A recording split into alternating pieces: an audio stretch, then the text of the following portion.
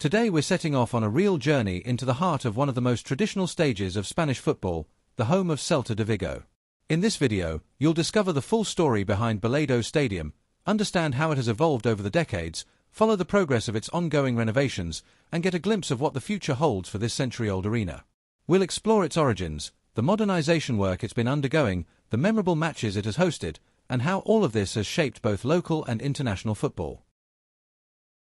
If you're passionate about stadiums, get ready. This visit will uncover everything about the Temple of Celta. In the south of the city of Vigo, along the banks of the River Lagares and next to the Zona Franca, stands the Estadio de Balaidos, now officially known, for sponsorship reasons, as the Estadio Abanca Balaidos. Since its inauguration on the 30th of December, 1928, it has been the official home of Real Club Celta de Vigo, as well as one of the most iconic sporting landmarks in both Galicia and Spain. With nearly a century of history, the stadium has undergone countless transformations. When it first opened its doors, it could hold just over 11,000 spectators. The original project, designed by architect Gennaro de la Fuente, had to be modified to make construction financially viable. Even so, the debut match was unforgettable, a 7-0 victory for the home side over Real Union de Iron. The name Balaidos comes from Old Galician, derived from Balaidos, meaning something like a place full of hazel trees.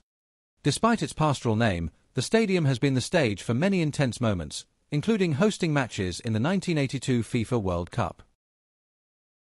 During that tournament, Balaidos staged 3 games, all involving Italy, and all ending in draws, 0-0 against Poland, 1-1 against Peru, and 1-1 against Cameroon.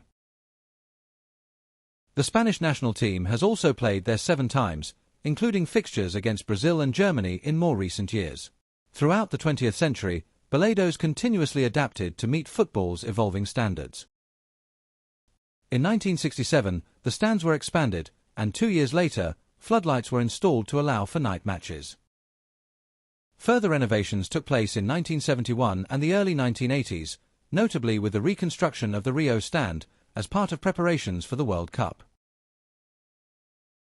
By the 1990s, as safety regulations became stricter, the stadium's capacity was reduced from 38,000 to 31,800, now with all-seater stands, improving both comfort and safety for spectators.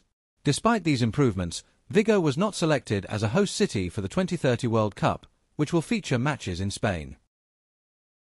Nonetheless, the Balaidos has been undergoing an extensive modernization project since 2015, an ambitious plan that's completely reshaping the stadium structure. The redevelopment involves the demolition and reconstruction of each stand, one by one. 3/4 of the ground have already been completed, with the final phase, focused on the stand behind the second goal, currently in progress and scheduled for completion in early 2027. Once finished, the new arena will have a capacity of over 27,000 spectators and meet all UEFA standards for European competitions. It's interesting to note that before this current redevelopment, other modernization proposals had already been discussed, including a 2009 plan for a 42,000-seat stadium, which never came to fruition. Today, the new Balaidos is taking shape. Stands are closer to the pitch, offering better sightlines and a much more modern infrastructure. The venue has also hosted international concerts, such as Madonna's, proving that Balaidos goes far beyond football and stands as one of Vigo's main cultural landmarks.